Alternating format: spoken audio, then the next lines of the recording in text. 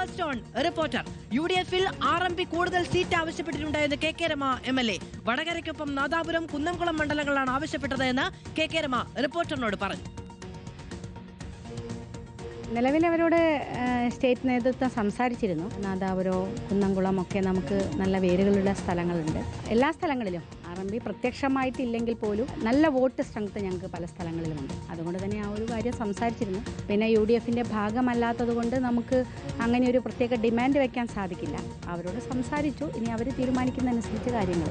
വടകര നല്ല പ്രതീക്ഷയുള്ള, വടകരയ്ക്ക് വേറെ പ്രശ്നങ്ങളൊന്നുമില്ല. കഴിഞ്ഞ കുറച്ച് കാലങ്ങളായി വടകര നല്ല മാറ്റം ഉണ്ടായിക്കൊണ്ടിരിക്കുകയാണ്.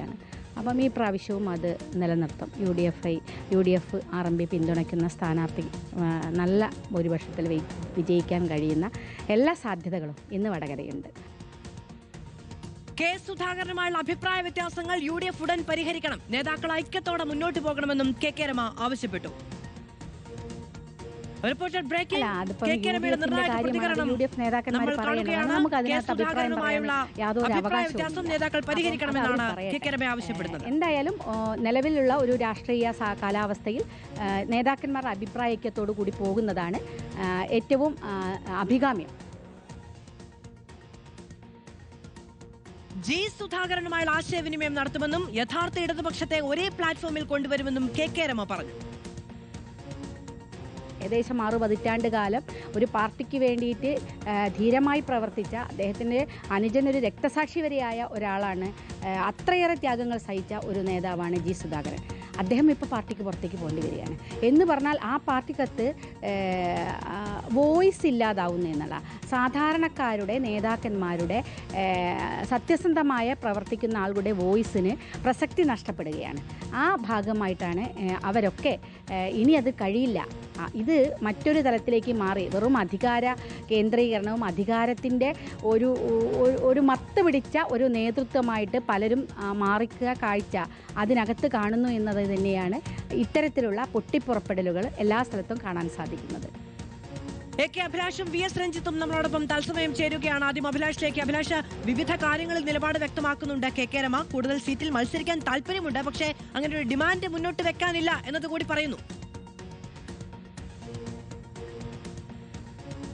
തീർച്ചയായിട്ടും ഈ ഇടതുപക്ഷ നിലപാട് സ്വീകരിക്കുകയും അതോടൊപ്പം തന്നെ UDF-നൊപ്പം ചേർന്ന് നിൽക്കുകയും ചെയ്യുകയാണ് RMP. ഏതായാലും അവരുടെ നിലപാട് ശക്തമായി തന്നെ അവർ ഉയർത്തിപ്പിടിക്കുകയും ചെയ്യുന്നത്. പ്രധാനമായും ഇപ്പോൾ K. സുധാകരനുമായി ബന്ധപ്പെട്ട വിഷയങ്ങളടക്കം അവർ പറയുന്നുണ്ട്. ഇക്കാര്യങ്ങളൊക്കെ പരിശോധിക്കുകയും തീർക്കുകയും ചെയ്യണം. കാരണം ഭരണവിരുദ്ധ തരംഗം സംസ്ഥാനത്തും എമ്പാടുമുണ്ട്. അത് ഉപയോഗപ്പെടുത്താനുള്ള നിലപാട് കോൺഗ്രസിന്റെ ഭാഗത്ത് വേണം എന്ന് തന്നെയാണ് അവർ പറയുന്നത്. പക്ഷേ കോൺഗ്രസിന്റെ അകത്തുള്ള അല്ലെങ്കിൽ അവരുടെ ആഭ്യന്തര പ്രശ്നങ്ങളിൽ നേരിട്ട് ഇടപെട്ടുകൊണ്ട് അതിൽ ഏതെങ്കിലും തരത്തിൽ അഭിപ്രായം പറയാൻ തങ്ങളില്ല എന്നുള്ള കാര്യം കൂടി അവർ വ്യക്തമാക്കുകയും ചെയ്തിട്ടുണ്ട്.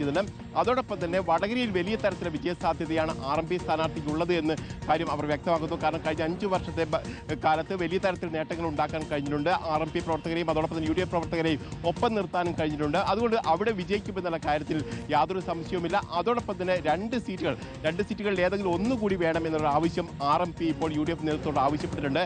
അതിലൊന്ന് നാദാപുരമാണ്, മറ്റൊന്ന് കുന്നംകുളമാണ്.